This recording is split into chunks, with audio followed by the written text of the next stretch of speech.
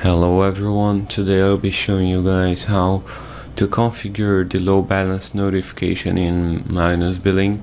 So first of all, we have the first setting related to this feature, which you can access over users here. And after clicking on user and going over additional information, you're gonna have this field over here called credit notification with a default value of 3. This value is the value which needs to be bigger than the user's current balance in order for him to be notified. So if the user's balance is lower than 3, he's gonna get an email when the server checks the user's balance. And it's also important to mention that the user himself logged in his panel can change this value to whatever he wants. So it's not only a setting which you can change, the user himself can also change logged in his panel.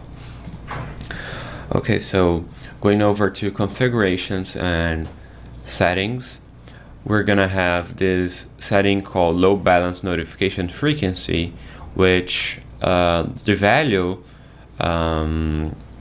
says how often the system is going to check for the user's balances and send the emails, and it's in days. So 1 means every day, so the system is going to check the user's balances every day, to every 2 days, and 3 every 3 days. Pretty straightforward.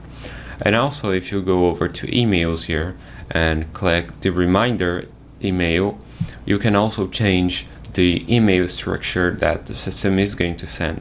So even from the name, email subject, email body, and also, as you guys can see here, there's this YAR IP here. This needs to be changed in pretty much all the emails that your system has.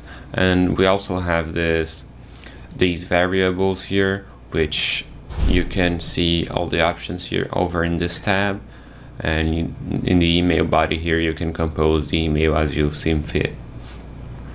I think this is all the features related to the low balance email notification, and if you guys have any questions, be sure to ask, like the video, subscribe to the channel, and check out our other videos. Thank you.